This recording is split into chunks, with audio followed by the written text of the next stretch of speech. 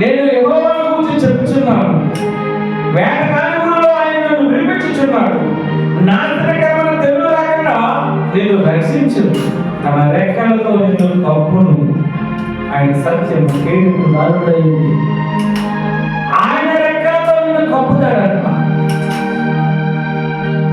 దేవుడి యందు మనం ధైర్యంతో కలిగి ఉంటే ఆయన రెక్కలతో నిన్ను కప్పుతాడంట.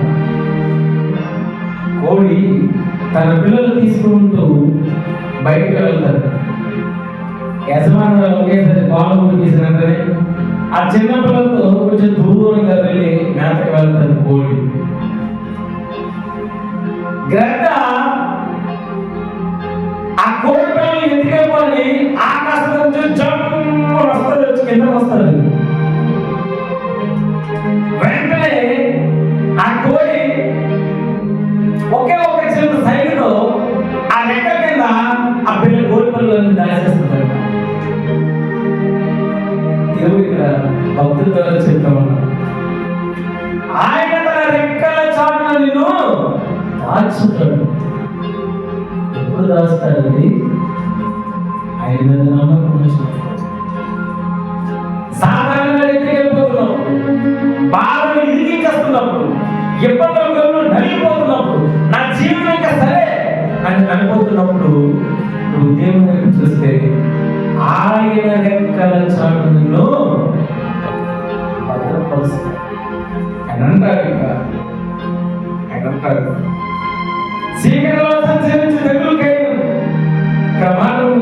రాత్రి వేళ భయంకైను, పగలైను బాణములకైను, మధ్యాహ్నమందు పాటు చేయి రోగములకైను నువ్వు భయపడకూడదు.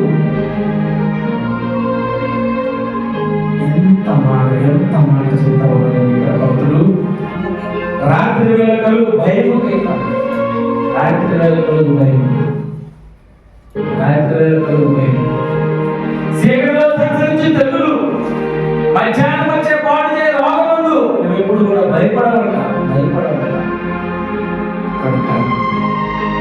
దావీదు భక్తులు తన సొంత ఆలోచనలతో చెప్తా ఉన్నాడు. దావీదు భక్తులు తన సొంత మరి ఆ అనుభవం పూర్వకంగా ఈరోజు మనతో మాట్లాడుతున్నాడు.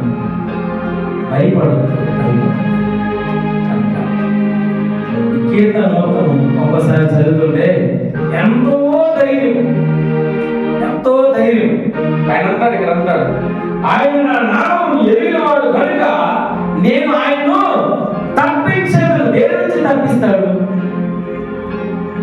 ఇబ్బందుల నుంచి తప్పిస్తాడు, ఇరుకుల నుంచి తప్పిస్తాడు, ఇబ్బందులు కొలువ నుంచి తప్పిస్తాడు, పేదరికం నుంచి తప్పిస్తాడు, బాధ యందు, వేదన యందు, వ్యాధుల యందు ప్రతి విధమైనటువంటి కీడు నుంచి మనల్ని తప్పించే దేవుడు